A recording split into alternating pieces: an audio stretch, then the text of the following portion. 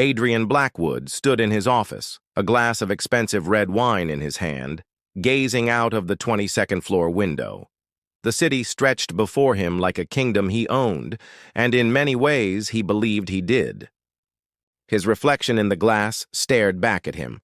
A tall man in a tailored suit, hair carefully styled, his expression carrying that familiar arrogance of someone who had built wealth and power. In just a few days, he would be marrying Clarissa, the daughter of another wealthy family, sealing a union that would benefit his business empire and elevate his social status even further. But what thrilled him most wasn't Clarissa. It wasn't the wedding ceremony, the luxury cars, or the extravagant menu. No, Adrian's excitement came from something darker, more personal. He had sent an invitation to his ex-wife, Evelyn. He imagined her face when the gold-embossed envelope had arrived at her shabby little apartment. He could see her trembling fingers opening it, her heart pounding as she read the words. "You are cordially invited to the wedding of Adrian Blackwood and Clarissa Hartman." Adrian smirked at the thought. Evelyn had always been fragile, too sensitive for the ruthless world he lived in. She came from a modest background and never quite fit into the elite circles he surrounded himself with. When he divorced her, he left her with nothing but a small allowance that barely lasted a year.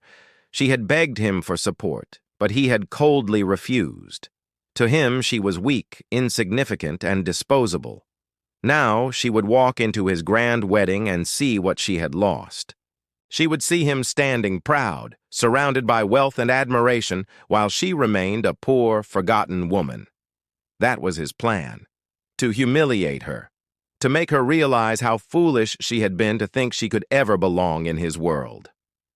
"Sir, the guest list is finalized," said Mr. Cole, his wedding planner, entering the office with a tablet in hand. Adrian swiveled around in his chair, the corners of his lips curling. "And my ex-wife? Evelyn Blackwood?" "Yes, her name is on the list. Do you truly want her there? People might think it's strange, inviting an ex-wife to your wedding." Adrian leaned back and let out a laugh, smooth and cruel. "That's the point, Cole. I want them to think it's strange. I want them to see her sitting at the back, dressed in whatever pitiful gown she can afford, watching me stand next to Clarissa in a tuxedo worth more than her entire life. Let them all whisper about how far apart our worlds are now." Cole hesitated.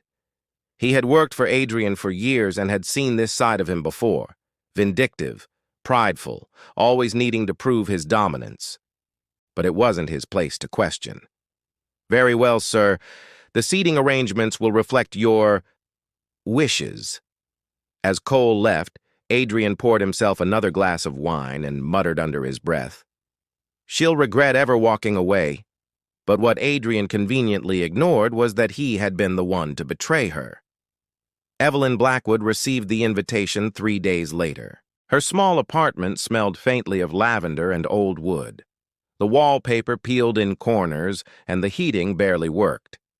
But it was her home. She sat at the table with her morning tea, opening the mail. A bill, a coupon booklet, and then the envelope. Heavy, expensive, shining with golden letters, her name written in perfect calligraphy. Her hand shook as she slid her finger under the seal. Her heart already knew who it was from. Her eyes scanned the words, and a cold wave washed over her. Adrian. A wedding. With Clarissa Hartman. She pressed the paper to the table, her chest tightening. Memories flashed. Her wedding with Adrian years ago when she had worn a simple dress and believed his promises of forever. How he had smiled at her then, the same smile he must be giving Clarissa now. How quickly forever had ended. Evelyn stared at the invitation, trying to understand his motive. Why invite her? He had made it clear during the divorce that he never wanted to see her again. Unless this was his way of mocking her. Her lips trembled, but she forced herself to breathe. For years, she had endured the whispers of neighbors, the pity of friends, the weight of single motherhood. For years, she had been silent. But inside her, something had changed. She was no longer the fragile, naive wife he had discarded. Evelyn folded the invitation slowly, deliberately, and set it on the table. Her reflection in the window across from her caught her attention. She saw a woman with tired eyes, yes, but also with determination, a woman who had suffered but had survived. "Fine, Adrian," she whispered. "If you want me there, I'll come. But you will regret it." Back in his office, Adrian prepared for the wedding with meticulous care. The menu included rare wines and dishes imported from Europe. The guest list sparkled with names of business partners, politicians, and socialites. Everything was designed to prove his success. And yet, beneath all his planning, a part of him burned with obsession. He wanted Evelyn to look at him with envy, with regret. He wanted her to feel the sting of humiliation as she realized she had been replaced, forgotten. But Adrian didn't know that Evelyn had her own plans. For the first time in years, their paths would cross again. And when they did, the balance of power would shift in ways he could never imagine. The night after receiving the invitation, Evelyn sat by her window with the soft glow of a single lamp filling her living room. She couldn't sleep. The letter had reopened wounds she thought had healed, dragging her back into the past she had fought so hard to bury. She closed her eyes, and like a flood, memories returned. She remembered the first time she met Adrian Blackwood. It was at a charity gala she had attended with a friend from work. She hadn't wanted to go. Her dress was simple, her shoes old, and she felt completely out of place among the glittering gowns and expensive perfumes of the wealthy guests. But Adrian noticed her. He was charming that night, different from the arrogant man he later became. He approached her with a smile that felt warm, asking her questions as though she were the most interesting person in the room. "You don't seem like you belong here," he had teased gently, his eyes sparkling. "I don't," Evelyn had admitted with a shy laugh, but Adrian had insisted otherwise. "You belong wherever you choose to stand, and tonight you're standing with me." Those words had been enough to melt her insecurities. By the end of the night, he had asked for her number, and soon after they were inseparable. For Evelyn, it felt like a dream. A man of his wealth and stature choosing her, a simple woman who worked as a teacher, came from a modest family, and lived paycheck to paycheck. She believed in love, not money. She thought his attention meant destiny. Their wedding had been beautiful but modest compared to the one Adrian was now planning. Evelyn wore a gown her mother had helped her sew, and Adrian had promised her it was perfect. They had stood in front of family and friends, hands clasped, whispering vows they both swore would last forever. Evelyn remembered looking into his eyes that day and believing every word. But forever, it turned out, had an expiration date. It started small. Adrian began working late nights, missing dinners. When Evelyn asked, he brushed her off. "You don't understand business," he said sharply. "You think money just falls from the sky? I'm doing this for us." At first, she accepted his explanation, but soon the distance grew. He became more critical about her clothes, her hair, her lack of social polish. He wanted her to attend galas, to network with his business partners' wives, to learn how to behave like a Blackwood. Evelyn tried. She bought books on etiquette, practiced conversations in the mirror, wore heels that blistered her feet. But no matter what she did, it was never enough. "You embarrass me," he told her one evening after a party. "Do you know how hard it is for me to walk into a room with you dressed like that? People notice, Evelyn. They talk." She cried that night, quietly, so he wouldn't hear. But he did. He just didn't care. The real breaking point came 2 years later. Evelyn found lipstick on his collar one morning, a shade she had never worn. At first, she wanted to believe it was nothing. But then there were the whispered phone calls, the unexplained absences, the perfume that wasn't hers lingering on his suits. One evening, she decided to follow him. She trailed his car into the city, her hands shaking on the steering wheel. He parked outside an upscale restaurant and stepped out. Not alone, but with a woman on his arm. Young, glamorous, laughing at his every word. Evelyn sat frozen in her car, watching through the windshield as her husband pulled out a chair for another woman, leaning close, his hand resting on hers.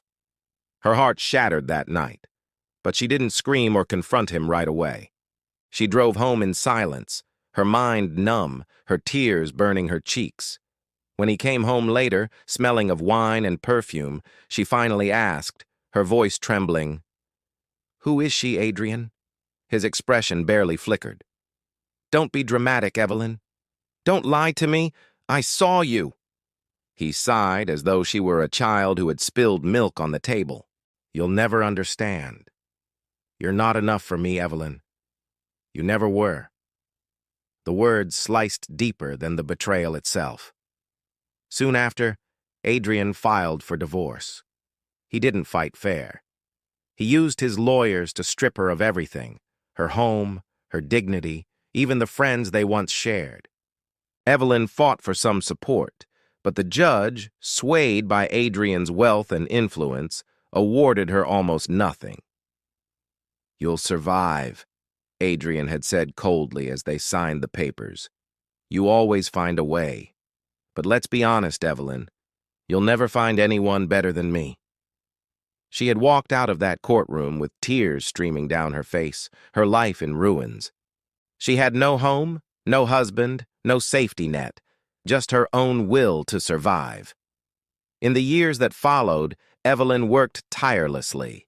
She moved into a small apartment, sold what little jewelry she had left, and began working odd jobs to make ends meet. People who had once smiled at her during galas now crossed the street to avoid her. Gossip painted her as the foolish wife who had lost everything. She remembered standing in line at the grocery store one evening when she overheard two women whispering, "Isn't that Adrian Blackwood's ex? Poor thing, look at her clothes." She should have known better. Men like him don't stay with women like her. The humiliation was unbearable. Evelyn wanted to scream, to defend herself, to tell them she had been loyal, that she had loved him with everything she had. But she stayed silent, swallowing her pride, telling herself one day, it would all change. Sitting by her window now, invitation in hand, Evelyn realized Adrian believed she was still that broken woman, that poor, humiliated ex-wife who could barely hold her head up in public. But Adrian had no idea what she had built since then. He didn't know the pain he had caused had fueled her determination, had forged her into someone stronger, sharper, and unrecognizable from the woman he left behind. As the clock ticked toward midnight, Evelyn whispered into the silence, "You think you'll shame me, Adrian? But the only one who will be humiliated is you." Evelyn woke up early every morning after the divorce, her small apartment cold in the winter and unbearably hot in the summer. She had traded a mansion with chandeliers for 4 cramped walls, a leaky faucet, and the sound of neighbors arguing through paper-thin walls. But it was hers, and that was enough for now. She learned to survive with very little. A teacher's salary didn't stretch far, especially when the divorce had drained her savings, but she took on tutoring jobs in the evenings, sometimes working until midnight. The days were long and exhausting. She would collapse into bed with aching feet and sore hands, but she never allowed herself to stop. Her pride wouldn't let her. Adrian had told her she would never make it without him, and every bill she paid, every meal she managed to put on the table, felt like a small victory against those words. Still, the loneliness cut deep. At night, when the apartment grew quiet, she found herself thinking of the life she once had. She missed the sound of laughter in the dining room, the warmth of having someone beside her, even if that someone had betrayed her. There were moments she wanted to give up, to call him and beg for forgiveness. But then she remembered his cold eyes, his cruel voice saying, "You'll never find anyone better than me." Those words burned like fire, pushing her forward when her strength waned. Her friends drifted away too. The women she once dined with stopped answering her calls. When she passed them on the street, they pretended not to see her. She became invisible to them, reduced to a cautionary tale whispered over champagne glasses. She learned to live without companionship, teaching herself to find solace in books, in quiet walks, and in the little victories she carved out of each day. Evelyn also faced humiliation in public. There were times when she walked into a grocery store and saw people glance at her worn clothes and whisper behind their hands. One evening, while waiting in line, she overheard a couple of women laughing softly. "Isn't that Adrian's ex-wife?" one of them said. "Yes, poor thing. Look at her shoes. Can you imagine going from Blackwood's mansion to this?" Evelyn kept her eyes on the ground, her cheeks burning, but she refused to let the tears fall until she was home. She promised herself she would never again let their opinions define her worth. The hardest part wasn't the poverty or the whispers, though. It was the aching emptiness of betrayal. She had once believed in Adrian with every fiber of her being, believed that love was enough to conquer the differences in their worlds. But love had not been enough for him, and that truth stung more than anything else. She began to wonder if perhaps she was unworthy of happiness, if maybe Adrian had been right. But life has a strange way of testing those who refuse to stay down. One evening, after finishing a tutoring session, she was walking home through the city streets when she passed a bookstore. In the window was a display of financial self-help books. She stopped, staring at the glossy covers, at the promises of freedom and change. For some reason, she stepped inside. That night, she bought a used book on entrepreneurship with the little money she had left after groceries. She stayed up until dawn reading it, her mind racing with ideas. She realized that for too long she had been surviving, not living. She wanted more than just survival. She wanted to rebuild. The next months were brutal. She took risks, saved every extra penny, and started small, selling handmade crafts online, then tutoring not just children but adults who needed help preparing for exams. Slowly, her confidence returned. She worked through exhaustion, fueled not by anger anymore but by determination. She wanted to prove to herself that Adrian was wrong, that she could create a life worth living without his shadow looming over her. Still, there were setbacks. Orders got lost, customers complained, bills piled up. There were nights she broke down, sobbing into her pillow, asking herself if she was foolish for believing she could climb out of the pit she had been pushed into. But every morning, she woke up and tried again. Something inside her refused to quit. And then, one evening, while reviewing her accounts, she realized she had actually saved enough to move out of her tiny apartment. It wasn't much, just a slightly larger flat in a quieter neighborhood. But it felt like a palace to her. She furnished it with second-hand furniture, painted the walls herself, and filled it with plants that made the rooms come alive. For the first time in years, she felt proud of her home. She began dressing differently, too. Not in designer gowns like Clarissa Hartman, not in jewels or silk, but in clothes that made her feel strong and confident. She walked with her head higher, her voice steadier. She started to smile again. There were still scars, of course. She sometimes woke from dreams where Adrian's voice echoed, mocking her.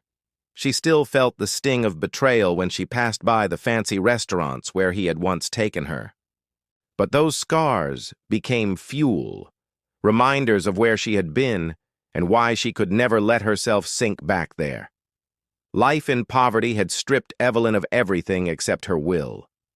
But it was that will that was quietly shaping her into someone Adrian would never recognize, someone stronger, wiser, and far more dangerous to his pride than he could ever imagine. And when the golden wedding invitation arrived years later, it didn't find the broken, weeping woman he expected. It found a survivor standing tall, waiting for the chance to face him again. The days leading up to the wedding seemed to pass more quickly than Evelyn expected. Each morning she woke with a mix of nerves and determination, her mind replaying what was about to unfold. She had already decided that she would not go quietly. If Adrian wanted her there, she would attend, but not in the role he imagined. She would not be the humiliated ex-wife lurking in the shadows of his glory. She would walk into that ballroom on her own terms, carrying the kind of presence that money alone could never buy. Her preparations were subtle, but deliberate. She visited her tailor, a discreet man who had worked with her for years and never once betrayed her confidence. Together, they designed a gown that combined elegance with authority. It was not showy or gaudy, but sleek, perfectly fitted, and undeniably powerful. When she tried it on, she hardly recognized herself. The woman in the mirror was not someone who begged for scraps of love or approval. She was someone who commanded attention without saying a word. The gown was only one part of the plan. She made arrangements for the Rolls-Royce, ensuring it was delivered on the morning of the wedding. She wanted its polished surface and quiet power to speak louder than any words could. Every detail mattered, down to the jewelry she selected, a family heirloom necklace she had carefully restored, a reminder of her roots and her resilience. Her children, now grown, were part of the surprise as well. They had been her greatest source of strength during her darkest days, even when they were too young to understand it. She remembered nights when she had come home exhausted, ready to collapse, but their small faces had lit up with joy just because she was there. They had been her reason to keep moving, her proof that love could survive even when everything else crumbled. As the wedding day drew near, Evelyn sat with them at the dining table. The three of them, her triplets, were a picture of maturity and confidence. They had inherited her strength, but also the sharpness of their father's features, something she could never quite erase. Looking at them was a reminder of Adrian, but also of everything she had endured and conquered. "Are you sure about this, Mom?" one of them asked gently. "You don't have to go. You don't owe him anything." Evelyn smiled, brushing her hand across theirs. "I know I don't owe him, but this isn't about him anymore. This is about us, about showing the world who we really are." They exchanged glances and nodded. They understood. They had seen her journey firsthand, had watched her claw her way back from nothing. They knew this was more than an appearance at a wedding. It was a declaration that she had survived and thrived. Meanwhile, across the city, Adrian was basking in his own sense of triumph. The wedding preparations had consumed weeks of his time, but he loved every second of it. Everything about the event screamed wealth. The venue, a grand hall adorned with chandeliers imported from Italy. The guest list, filled with society's most prominent names. The catering, featuring dishes flown in from across the world. He wanted perfection, not for his bride's sake, but for his own ego. When he looked in the mirror while trying on his tuxedo, he felt invincible. Soon, his ex-wife would see what she had lost. She would sit among the guests, swallowed by the opulence she could never touch, and he would stand at the altar beside Clarissa, untouchable, admired, envied. He thought of Evelyn often in those final days, picturing her walking in wearing some outdated dress, her hair styled poorly, her discomfort plain for all to see. The image filled him with satisfaction.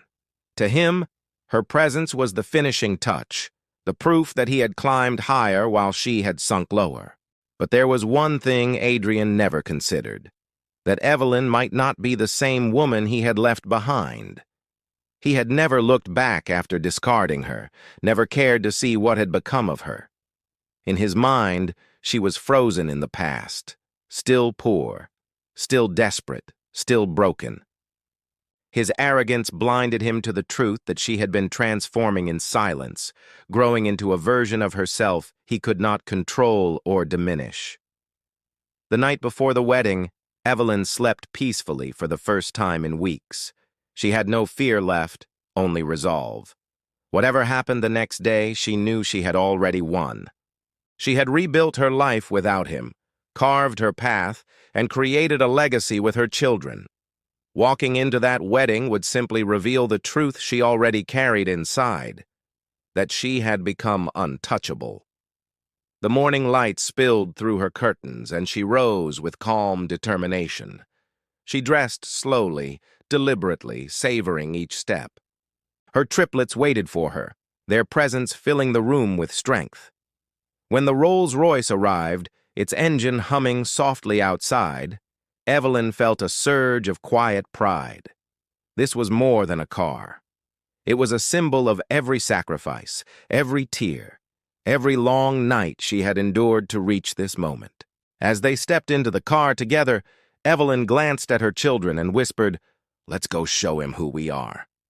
And with that, the journey to Adrian's wedding began, not as victims, not as shadows of the past, but as the storm that was about to shatter his perfect day. The months following her small victories gave Evelyn something she had not felt in years: momentum. She began to sense that she was no longer simply crawling through life, but taking deliberate steps toward a future that was hers alone. The little online craft shop that had once earned her barely enough to pay her electricity bills started gaining more attention. Orders trickled in at first, then doubled, then tripled. People praised the quality of her work, leaving glowing reviews that spread further than she could have imagined. With every kind word from a stranger, her confidence grew. She began to think bigger. She read more books, not only about running a business, but about investments, branding, and the psychology of customers. She filled notebooks with ideas, some of which failed miserably, but others blossomed. Every failure taught her something new. Every success, no matter how small, pushed her forward. The turning point came when she met Mrs. Davenport, a kind older woman who had ordered one of Evelyn's pieces. Instead of simply thanking her, Mrs. Davenport asked to meet her in person. They met at a quiet cafe, and Evelyn nervously presented herself, expecting criticism. Instead, Mrs. Davenport looked at her with bright, curious eyes. "You're talented," she said firmly, "but you're limiting yourself. You need to think beyond these tiny orders. You need to build a name." Evelyn was stunned. No one had spoken to her with such encouragement in years.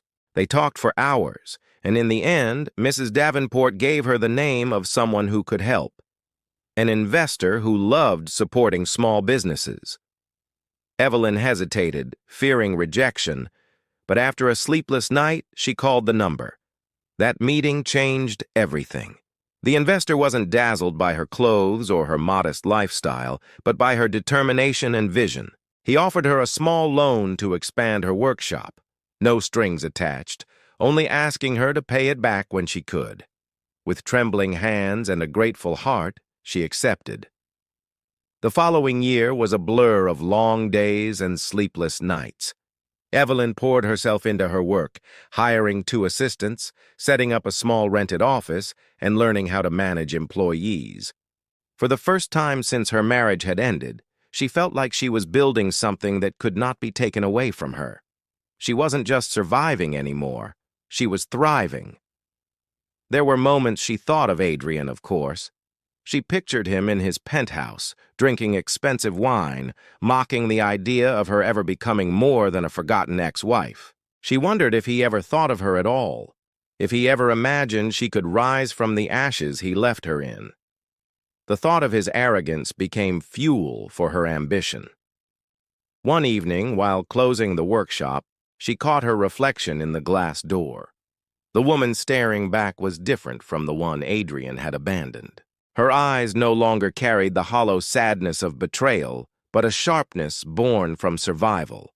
Her posture was straighter, her expression calmer, more assured. She whispered to herself, "He wouldn't recognize me now." The transformation wasn't just external. Evelyn found herself thinking differently.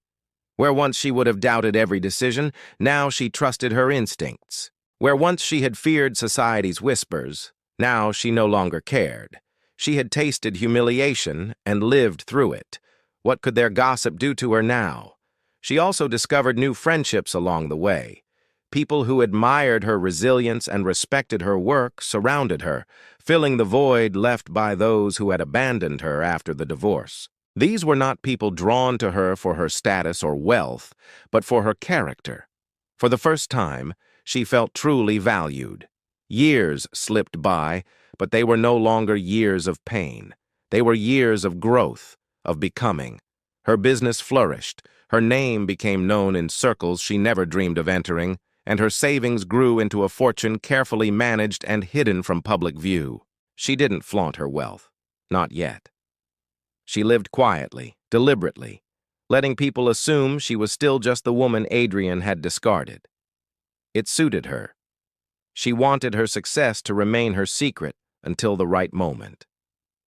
That moment came when the envelope arrived, embossed in gold, carrying Adrian's name. She remembered the first sting of betrayal, the bitterness of his words, the way he had humiliated her. And she realized this was the chance fate had been preparing her for. He wanted her at his wedding to witness his triumph, to feel small again. He had no idea he was inviting the very woman who could destroy that illusion. When she held that invitation in her hands, she no longer felt fear or sadness. She felt anticipation. She thought of the car she had recently purchased, a Rolls-Royce that symbolized not vanity, but victory. She thought of her children, the triplets who had grown up by her side, watching her fight and rise. They would walk into that wedding with her, not as shadows of Adrian's past, but as symbols of everything she had built despite him. She smiled to herself as she set the invitation down. Adrian thought the game was still his. He didn't realize she had been playing her own and that she was already winning. The months turned into years, and while the ex-husband built his empire and basked in his wealth, the woman he had discarded was slowly rebuilding herself from the ashes of her broken life. What no one around her knew was that she had an iron will, sharpened by the cruelty she endured. She had cried enough tears to flood her small apartment, but those tears had also hardened her spirit. She began taking on small jobs, anything that would put food on the table and keep the lights on. Nights that others used for rest, she spent planning, thinking, dreaming of a way out. Poverty was a heavy cloak, but determination burned hot beneath it. Her journey began with humility. She cleaned homes, stitched clothes, and even worked as a server at late-night diners. People who knew her from her marriage whispered behind her back, some mocking her downfall, others pitying her. Each remark cut deeply, but instead of crumbling, she stored the pain away like fuel. She began saving every coin she could, denying herself small pleasures because she knew every penny mattered. Her triplets, though young, were already beginning to show signs of brilliance, and she was determined they would never feel the humiliation she had faced. She could endure hunger, but not the sight of their innocence being tainted by ridicule. One fateful day, while working at a small boutique, she noticed something. Customers often complained about the lack of unique clothing options for women who wanted elegance without extravagance. She listened carefully, and an idea began forming in her mind. Her hands were skilled with fabric. Her sense of style had once been praised even during her marriage, and she realized she could create something of her own. At night, she began sketching designs on old notebooks, sewing pieces together from leftover cloth, and selling them quietly to neighbors. Her first sales were modest, but the compliments they brought were far greater than the coins. "You should start your own shop," one customer had told her. The words echoed in her mind like a prophecy. Opportunities often hide behind persistence, and for her, the door opened through someone who noticed her determination. A local businesswoman, a wealthy widow who admired the ex-wife's resilience, became her silent mentor. This woman, once overlooked by society herself, saw in her a reflection of her own past. She provided advice, connections, and eventually a small loan to help her set up a modest tailoring business. It wasn't much, just a rented space and a few machines. But to her, it felt like stepping into sunlight after years of storm. She poured her soul into the work, ensuring that every piece carried not just beauty, but also the weight of her story. Her reputation grew slowly but steadily. Customers loved her personal touch, the way she listened to their stories and reflected them in the clothes she made. Soon, word spread beyond her neighborhood, and wealthier clients began seeking her out. Each order was more than business. It was proof that she was rising, step by step, away from the shadow of her past. The man who had once declared she would never survive without him had been wrong. The woman he left behind was no longer the same. But she kept her success quiet, almost deliberately hidden. She did not flaunt her earnings, nor did she seek revenge openly. Her life was devoted to her children, ensuring they had the best education she could provide. She wanted them to grow not with bitterness, but with ambition and pride. They excelled in school, their talents shining brightly, and soon she had not just a business, but also 3 extraordinary children who mirrored her strength. People who once mocked her began to envy her quiet success, though none could guess the full scale of her achievements. Behind the scenes, she had invested wisely. The widow who mentored her introduced her to people who taught her about property, stocks, and long-term planning. While her ex-husband spent lavishly on parties and extravagance, she built wealth like a fortress, quiet, sturdy, and undeniable. Rolls-Royces and mansions weren't immediate goals for her, but the foundation she laid was unshakable. Slowly, she became a silent power in business circles, a woman whose influence was felt, though her name remained out of gossip columns. She lived simply, letting the world believe she was just another working woman, while in reality, her empire was quietly growing. All the while, she never forgot the humiliation of her divorce, the smirks, the cruel laughter. But revenge was no longer the sharp desire that once burned in her chest. What she wanted instead was dignity, respect, and proof that she had not been broken. Fate, however, had its own way of aligning events. As whispers of her ex-husband's upcoming grand wedding reached her ears, she couldn't help but feel the irony. He, the man who once discarded her, was about to flaunt his new love to the world. And yet, he had invited her, not out of kindness, but out of arrogance, hoping to remind her of her place. The universe, however, had other plans. The day of the wedding loomed closer, and with every passing moment, the air seemed to thicken with anticipation. For him, it was the pinnacle of pride, a carefully staged event meant to display not only his love for his new bride, but also the vastness of his wealth. He wanted the ceremony to be spoken of for years, the kind of affair that people would whisper about long after the last guest had left. The invitations had been sent to everyone who mattered: business associates, political figures, relatives, and even people he barely knew but whose admiration he craved. To him, it wasn't about union or romance. It was about image, a declaration of power. Among the golden invitations, one stood out like a cruel joke, the one addressed to his ex-wife.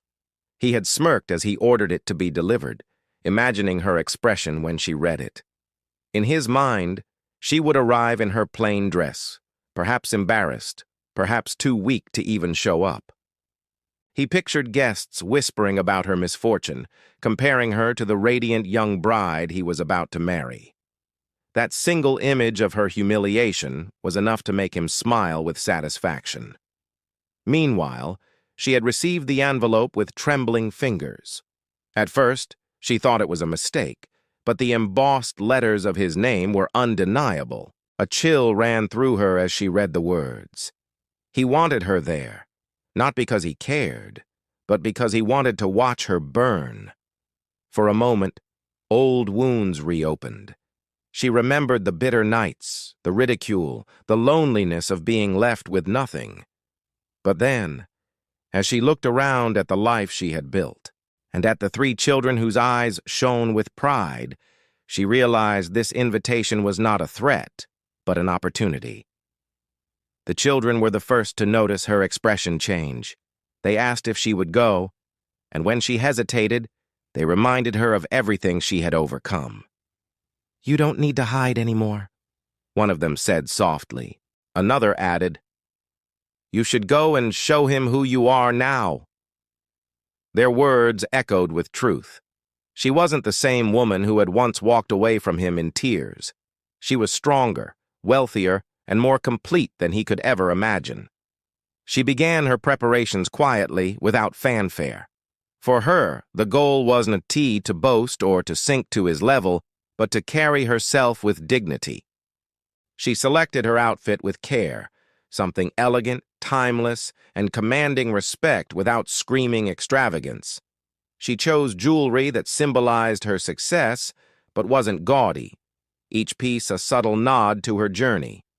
The Rolls-Royce, gleaming black with polished chrome, was not rented, but her own, a reward she had bought for herself after years of toil. It wasn't just a car, it was a symbol of independence. The triplets, now growing into young adults, were her true jewels. She dressed them in tailored suits and gowns that highlighted their refinement. They carried themselves with quiet confidence, each one reflecting her strength in a different way. To the world, they would appear not as forgotten children of a broken home, but as heirs to something greater than wealth, legacy, and resilience. The wedding venue was a palace of glass and gold, decorated with flowers imported from abroad and chandeliers that glittered like stars. Guests arrived in luxury cars, dressed in silks and diamonds, murmuring about the grandeur. Laughter filled the air, but beneath it, there was curiosity.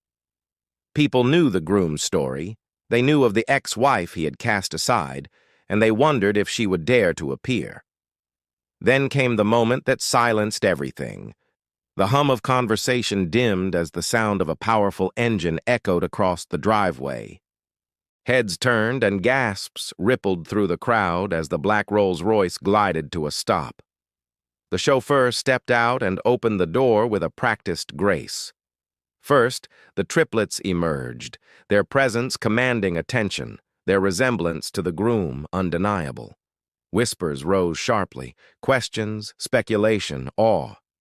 Then she stepped out, her posture regal, her expression calm yet commanding. Every eye followed her, and every whisper grew louder. Inside, the groom's confident smile faltered. He had imagined her arrival countless times, but never like this. Instead of the broken woman he had envisioned, here she was, elegant, powerful, untouchable. His chest tightened as jealousy and panic battled within him. The bride, noticing his reaction, narrowed her eyes, sensing something shift in the air. This was not part of the plan. The ex-wife did not rush. She walked slowly, each step deliberate, as though she owned not just the moment, but the entire evening. The guests parted as she passed, some nodding respectfully, others staring in disbelief. She did not speak, nor did she flaunt her success. Her silence was more powerful than any words could have been. It was the silence of someone who had already won. The ceremony had already begun when she entered the grand hall, but her arrival stole the spotlight in a way that no orchestra, no flower arrangement, and no carefully rehearsed procession could compete with. The murmur of guests swelled into a low roar, like a tide rising and refusing to recede. Heads craned, whispers darted across the room, and even the officiant momentarily faltered as eyes shifted from the bride and groom to the figure who had just taken her seat. Her children flanked her like guardians, their expressions calm, but their very presence speaking volumes. They were tall, graceful, and poised beyond their years. Some guests who had known the groom in his younger days noticed it immediately. The sharp jawline, the familiar tilt of the chin, the unmistakable eyes that mirrored his own. Whispers turned into speculation, and speculation into suspicion. The bride's family exchanged looks, some with confusion, others with unease. The groom, however, sat stiffly, his knuckles whitening around the edge of his chair as his mind raced. He had invited her for humiliation, a cruel spectacle he had rehearsed in his head, but now he was the one cornered. She had not only refused to bow to his arrogance, but had turned his stage into her triumph. And the triplets! How dare she? How dare she walk in with 3 living reminders of a past he thought he had buried? He could feel sweat prickling under his collar as he glanced around, seeing the judgmental stares of his peers, the subtle smirks of rivals who delighted in his discomfort. The bride, dressed in white lace that shimmered under the chandeliers, tried to mask her unease. At first, she thought the whispers were about her beauty, about the perfection of the day. But when she followed their gaze and saw the woman sitting tall and composed, realization hit her like a slap. She leaned slightly toward the groom, her voice low but sharp enough to cut. "Who is she?" The question wasn't innocent. It was laced with suspicion. He avoided her eyes, muttering something about an ex-wife, but the word ex was already toxic. The bride's lips tightened, and her grip on her bouquet grew harsher, petals trembling under her fingers. The officiant pressed on, but the rhythm of the ceremony had broken. Guests were restless, exchanging quiet words, stealing glances at the Rolls-Royce still gleaming outside the glass doors. Even those who didn't know the full history sensed a storm brewing. The ex-wife remained silent, her expression serene, as though she was the only person in the room unaffected by the tension. Her composure unsettled everyone more than an outburst ever could. When the moment for vows came, the groom stood, his voice practiced, confident at first. But halfway through, his words stumbled.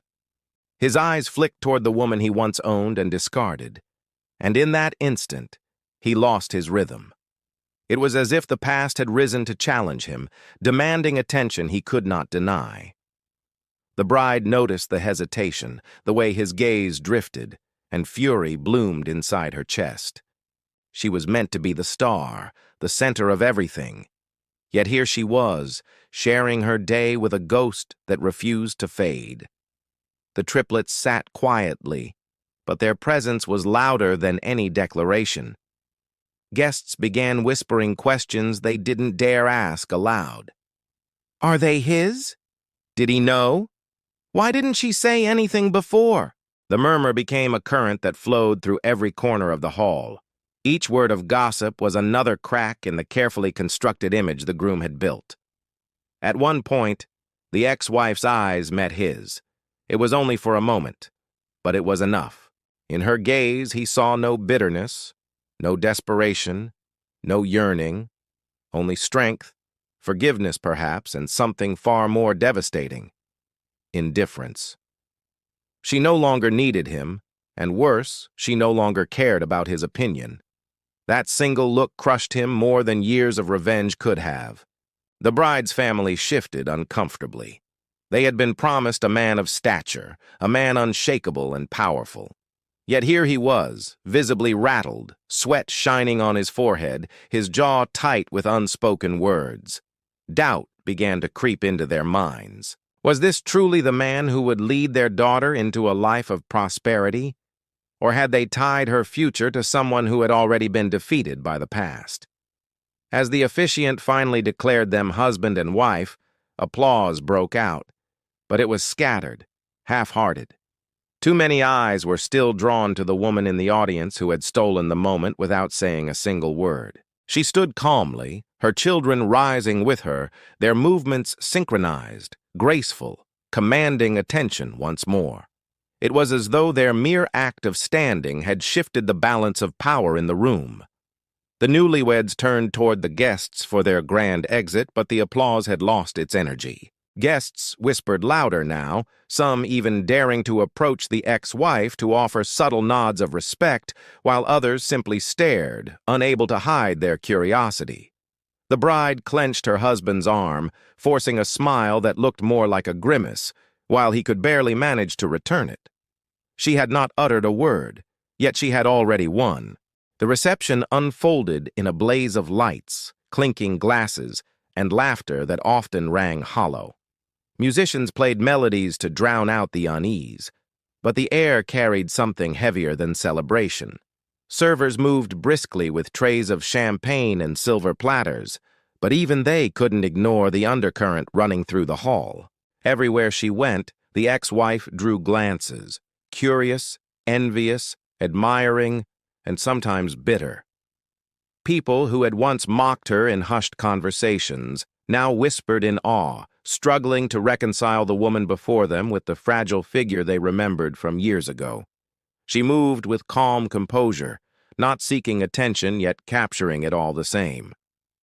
Her children, graceful and poised, lingered near her, but carried themselves with their own quiet confidence.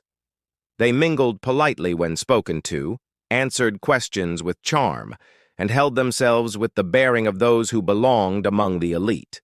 Their presence alone created whispers louder than any announcement. Each guest who dared look closely saw the truth in their faces, the unmistakable resemblance that linked them to the groom, though no one dared speak it aloud. The groom, however, could not ignore it. Every laugh that wasn't directed toward him felt like a knife. Every glance at the ex-wife was an insult, a reminder that his grand day had been hijacked by someone he had believed was beneath him. He raised his glass repeatedly, drinking faster than usual, trying to chase away the unease building inside him. His bride noticed his agitation, her own fury simmering beneath her practiced smile. She had expected to be the center of every conversation, the glowing jewel in the crown of this wedding. Yet her thunder had been stolen by a woman who hadn't even spoken. As guests approached the ex-wife, offering polite words and cautious compliments, the bride's jealousy only deepened. One relative whispered too loudly, "She looks more radiant now than she did when they were married." The bride's cheeks flushed with anger, though she hid it behind a strained smile. At the head table, the groom's friends leaned toward him with smirks that cut deeper than insults. "You never told us she'd turn out like this," one joked. Another raised an eyebrow toward the triplets, saying nothing but letting the silence carry its weight. He clenched his jaw, his fists tightening under the tablecloth, as if he could will their questions away. The ex-wife sat quietly, sipping her drink, her gaze steady but distant. She hadn't come to gloat, yet her mere presence was enough to unravel him. It wasn't about wealth or appearance, it was about dignity. She had arrived not as a victim, but as a woman who had built herself from nothing, and that truth was louder than any speech he could make. When the moment for toasts arrived, the groom stood, glass raised high, trying to reclaim control of the night. He spoke of love, of loyalty, of a future built with his new bride. His words were eloquent, rehearsed, but there was a tremor in his voice, a crack that betrayed his unease. Guests applauded politely, but the applause lacked warmth. Many eyes flicked toward the ex-wife as if waiting for her reaction. Then, unexpectedly, the microphone was passed to her. A hush fell over the hall. She hadn't asked for the chance, but tradition demanded that close family or significant figures say a few words, and whether the groom liked it or not, she was part of that history. She stood slowly, every eye following her. The hall so silent that even the faint clinking of glasses seemed loud. She didn't raise her glass dramatically, nor did she smile to charm. Her voice, steady and calm, carried across the room. She spoke of life's unpredictability, of how hardship could break some people while forging others into something stronger. She spoke of dignity, of lessons learned through pain, of the importance of never underestimating those who walk away quietly. Not once did she mention her ex-husband's name, but every word pierced him. The audience hung on her every sentence, nodding, some even tearing up. When she finished, the applause was thunderous, heartfelt, genuine in a way his speech hadn't been. The groom sat frozen, his bride stiff beside him, her smile gone. What should have been their night of triumph had become the ex-wife's silent coronation. Guests swarmed her afterward, eager to shake her hand, eager to stand near her glow. Businessmen asked subtle questions about her ventures, women complimented her elegance, and younger guests looked at her with admiration. She had come as an afterthought, but was leaving as the most unforgettable figure of the evening. The bride could no longer hide her disdain. She hissed at her husband under her breath, asking why he had invited her at all. He offered no reply, his eyes fixed on the woman across the room who had undone everything with nothing but her presence and her words. The night dragged on, but the joy had gone from it. Laughter no longer rang true. Conversations circled back to the same subject, and though music played, no one danced with genuine spirit. The ex-wife, calm and graceful, eventually rose with her children, preparing to leave. Her departure was as commanding as her arrival. Guests stood instinctively, parting to make way for her, some even applauding softly as she passed. She didn't look back. She didn't need to. The groom, however, couldn't stop watching her. His bride noticed, and the look she gave him was enough to ignite the first spark of discord in their marriage. The storm that had started with whispers was only beginning to roar. The hall began to empty as the night wore on, but the whispers refused to die. Outside, the Rolls-Royce gleamed under the soft glow of the venue's lights, waiting like a silent witness. She and her children walked toward it slowly, the murmurs of admiration following them, but behind them, the groom's composure finally cracked. He could no longer endure the humiliation that clung to him like a second skin. With a hurried excuse to his bride, he stormed after them, his polished shoes striking the marble floor with sharp echoes. "Wait!" he called out, his voice harsher than he intended.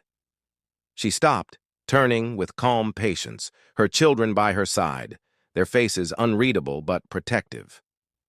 The guests who lingered nearby pretended not to listen, but their ears sharpened, hungry for the unfolding drama. "What are you trying to do?"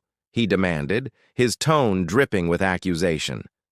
"You came here just to embarrass me, didn't you?" His face was red, his eyes wild with anger that barely concealed his fear. She raised a brow, her voice quiet but steady. "Embarrass you? I was invited." Her words struck with precision, reminding him that this humiliation was of his own design. He had wanted her there, wanted her to be crushed under the weight of his grandeur. Instead, he was the one choking. He gestured sharply at the triplets, his voice lowering but no less venomous. "And them? You think parading them around here, making people talk, makes you clever? Do you know what they're saying?" His tone cracked, and for the first time the bitterness of regret leaked through. "They're saying what you already know," she replied softly, glancing at her children, whose eyes glimmered with restrained pride. "They're saying truth cannot be hidden forever." Her words carried no malice, only fact, and that was what cut deepest. The groom's hands trembled at his sides. He wanted to lash out, to deny, but the resemblance staring back at him was undeniable. The children were his legacy, whether he acknowledged them or not. His bride appeared at the doorway, her expression fierce with jealousy and confusion. She had heard enough to understand that the shadows in her marriage had already arrived before its first night was over. "You always wanted to control everything," the ex-wife continued, her tone measured, her dignity unshaken. "But life isn't about control. It's about choices. You chose pride over loyalty, arrogance over love, and now you're reaping what you planted." Her words left him frozen. Around them, silence stretched, broken only by the murmurs of those pretending not to watch. The bride stormed forward, seizing his arm, her voice sharp. "What is she talking about? Who are they?" Her demand was like a dagger twisted into him, forcing a confrontation he had tried desperately to avoid. He stammered, unable to form words. For the first time in years, he felt powerless. The ex-wife did not gloat, did not shout. She simply turned to her children and nodded toward the car. They obeyed, sliding into the Rolls-Royce with quiet grace. She faced him one last time, her gaze unwavering. "You thought this night would define me," she said softly. "Instead, it has defined you." With that, she stepped into the car, the door closing with a finality that echoed louder than any slammed gate. The Rolls-Royce glided away, leaving him standing with his new bride and a sea of whispers that would haunt him long after the music faded. The night after the shocking wedding, the city's social pages exploded with photos of Emily stepping out of the Rolls-Royce dressed in grace, holding the hands of her 3 children. The triplets had stolen the show, charming everyone with their presence. Journalists speculated endlessly. Who was the mysterious man who had accompanied her, the one who whispered into her ear like he belonged beside her? Rumors swirled about a millionaire benefactor, a new husband, or even a long-lost love.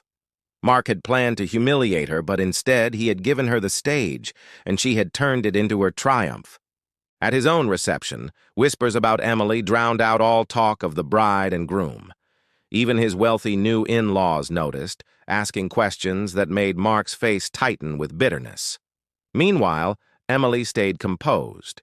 She didn't need to gloat or confront anyone directly. Her presence was enough.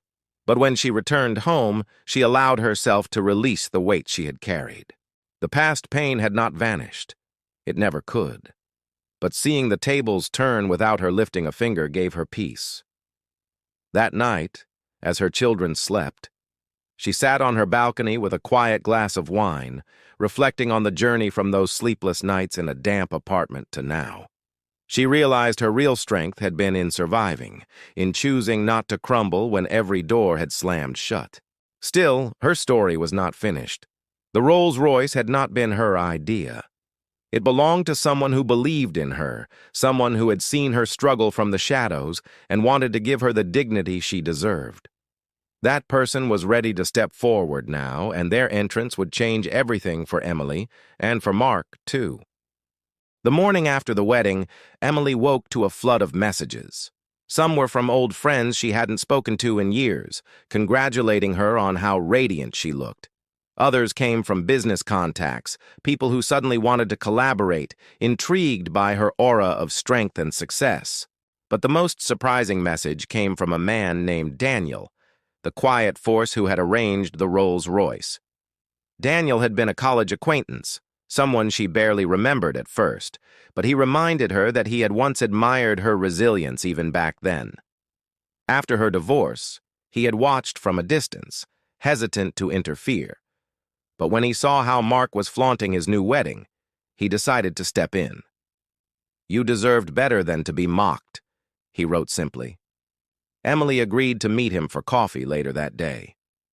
When they met, she realized Daniel had grown into someone completely different from the boy she faintly recalled.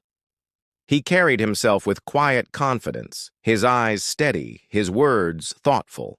He wasn't trying to impress her with wealth or charm, though he had both in abundance, but rather to remind her of her own worth. For the first time in years, Emily felt like she could talk without being judged or pitied. Meanwhile, Mark was unraveling. His new in-laws confronted him directly. "Why did no one tell us your ex-wife was connected to such influential people?" they demanded. He stammered, unable to explain that Emily had not been rich when he abandoned her. The shame of seeing her overshadow him on what was supposed to be his perfect day ate at him like a poison. For the first time, Mark realized that Emily had become someone he could never control again, someone whose very presence reminded him of his own failures. Mark's frustration deepened over the following weeks. Everywhere he went, whispers seemed to follow him. His colleagues joked quietly about how his ex-wife had outshone him, while his new wife grew increasingly bitter, accusing him of hiding the truth about Emily. He tried to brush it off, but the humiliation clung to him like a shadow. He began obsessively checking social media, where pictures of Emily stepping from the Rolls-Royce with the triplets had gone viral. Every caption praised her elegance, her dignity, and her strength. The narrative that had been intended to shame her had become a story of triumph, and Mark could do nothing to control it. Emily, however, was not seeking revenge. She focused on her children and on building her future. Daniel's presence grew steadier in her life.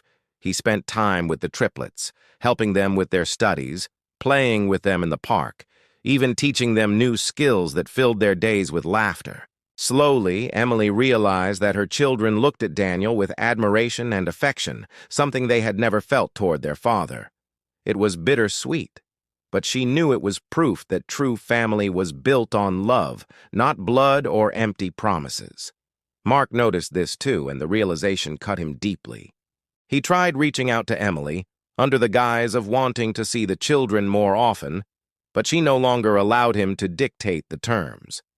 Every conversation was on her ground, every meeting under her conditions. The power balance had shifted completely. Emily had found her voice, and it was stronger than ever. Mark's desperation turned into reckless behavior.